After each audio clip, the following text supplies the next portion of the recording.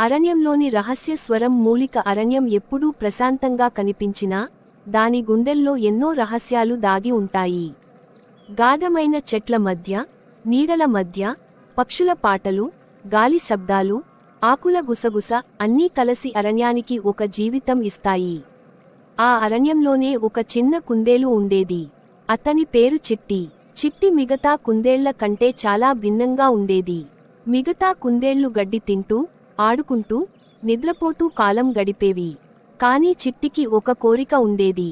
ఈ అరణ్యంలో ఏదో దాగి ఉంది, నాకు దాన్ని తెలుసుకోవాలి అని అతను ఎప్పుడూ అనుకునేవాడు. ఒక రోజు ఉదయం, సూర్యుడు ఇంకా పూర్తిగా పైకి రాకముందే చిట్టి ఒక విచిత్రమైన శబ్దం విన్నాడు. అది పక్షుల కూత కాదు, జంతువుల అరుపు కూడా కాదు, గాలివాన శబ్దం లాంటిది కాదు, అది ఒక మృదువైన గానం లాంటిది. ఇంత ఉదయాన ఈ పాట ఎవరు పాడుతున్నారు అని ఆశ్చర్యపోయాడు చిట్టి. అతను నెమ్మదిగా, జాగ్రత్తగా ఆ శబ్దం వచ్చిన దిశగా వెళ్లాడు. పెద్ద చెట్ల మధ్యగా, ముళ్ళ పొదల మధ్యగా దారి చేసుకుంటూ వెళ్లాడు. అక్కడ అతనికి ఒక పెద్ద జింక కనిపించింది. ఆమె పేరు వెన్నెల. నువ్వేనా ఆ పాట పాడింది అని చిట్టి అడిగాడు. వెన్నెల చిరునవ్వుతో, కాదు చిట్టి, అది నా పాట కాదు, అది అరణ్య హృదయం పాడే పాట అని చెప్పింది. అరణ్య హృదయమా అని చిట్టి ఆశ్చర్యపోయాడు. అవును, వెన్నెల అంది, ఈ అరణ్యంలో ఒక రహస్య స్థలం ఉంది. అక్కడే అరణ్య ఆత్మ నివసిస్తుంది. సంవత్సరానికి ఒకసారి మాత్రమే అది తన స్వరం వినిపిస్తుంది. మనం ఇప్పుడు ఆ స్వరాన్ని విన్నాం. చిట్టి కళ్ళలో మెరుపు వచ్చింది. నేను ఆ స్థలానికి వెళ్తాను అని నిర్ణయించుకున్నాడు. వెన్నెల అతనిని చూసి భయపడింది. అది చాలా ప్రమాదకరమైన మార్గం. అక్కడికి ఎవరూ తిరిగి రాలేదు. అంతలో అక్కడికి ఒక కోతి వచ్చాడు. అతని పేరు చక్రం. నేను కూడా వస్తా అని చెప్పాడు. తర్వాత ఒక గూడ్లగూబ నిశా వచ్చి, చీకట్లో నా చూపు మంచిది, నేను మీకు దారి చూపగలను అంది. ఇలా చిట్టి, వెన్నెల, చక్రం, నిశా నలుగురు కలిసి అరణ్య హృదయాన్ని వెతుక్కుంటూ ఒక సాహస యాత్ర మొదలుపెట్టారు. సతతహరితం అడవి లోతుల్లోకి వారు ముందుకు వెళ్తూ ఉండగా చుట్టూ అడవి ఘనంగా మారింది. చెట్లు ఎంతో ఎత్తుగా, నేలలో వెలుతురు కూడా పడని విధంగా ఉన్నాయి. గాలి కూడా కదలకుండా నిల్చుంది.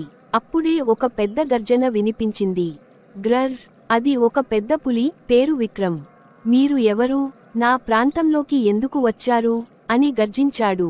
చిట్టి ధైర్యంగా ముందుకు వచ్చి, మేము అరణ్య హృదయాన్ని వెతుక్కుంటూ వెళ్తున్నాం అన్నాడు. అది విని విక్రమ్ ఆశ్చర్యపోయాడు. ఇన్నేళ్లలో అలా అడిగిన మొదటి జీవులు మీరే. మీలో నిజాయితీ ఉంది, నేను మీకు దారి చూపిస్తాను అన్నాడు. అలా పులి కూడా వాళ్లతో కలిసింది. నెలవంక రాత్రి పరీక్షరాత్రి పడింది. నిశా తన పెద్ద కళ్లతో ముందు చూపుతూ వాళ్లకు దారి చూపించింది. కాని అప్పుడు ఒక చీకటి నీడ వాళ్లను చుట్టుముట్టింది. అది భయం అనే ఆత్మ. అది ప్రతి ఒక్కరి మనసులో సందేహం కలిగించింది. వెన్నెలకి భయం, నేను పులి పక్కన నడవలేను. చక్రానికి భయం, నేను ఈ అడవిలో చచ్చిపోతానేమో. చిట్టికి భయం, నేను తప్పు చేస్తున్నానేమో. అప్పుడు చిట్టి కళ్ళు మూసుకుని, మనం కలిసి ఉన్నాం, ఒకరినొకరం నమ్ముదాం అన్నాడు. ఆ మాటలతో ఆ నీడ క్రమంగా తగ్గిపోయింది. మెరిసే నక్షత్రం అరణ్య హృదయం చివరకు వాళ్లు ఒక భారీ చెట్టు వద్దకు చేరుకున్నారు. అది ఇతర చెట్ల కంటే వేరుగా, వెలుగుతో మెరుస్తూ ఉంది. ఆ చెట్టు మొదట లోపలి నుంచి ఒక స్వరం వినిపించింది.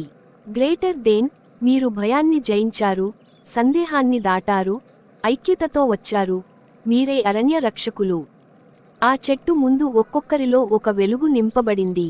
చిట్టికి, జ్ఞానం వెన్నెలకు, శాంతిచక్రానికి, సంతోషం నిశాకు, దూరదృష్టి విక్రమ్కు, నియంత్రణ రోజు నుంచి ఆ అరణ్యం మరింత సుసంపన్నమైంది. నీరు స్వచ్ఛంగా, మొక్కలు ఆరోగ్యంగా, జంతువులు సన్నిహితంగా జీవించసాగాయి. చిట్టి చిన్న కుందేలు అయినా అరణ్యంలో అందరి గౌరవం పొందిన ఒక నాయకుడిగా మారాడు. కథ ఇక్కడితో ముగియదు. ఎప్పుడైనా అడవిలో ఒక మృదువైన గానం వినిపిస్తే అది చిట్టి, అతని స్నేహితులు అరణ్యాన్ని కాపాడుతున్న స్వరమే. మూలిక చిన్న చిన్న మెరుపులు.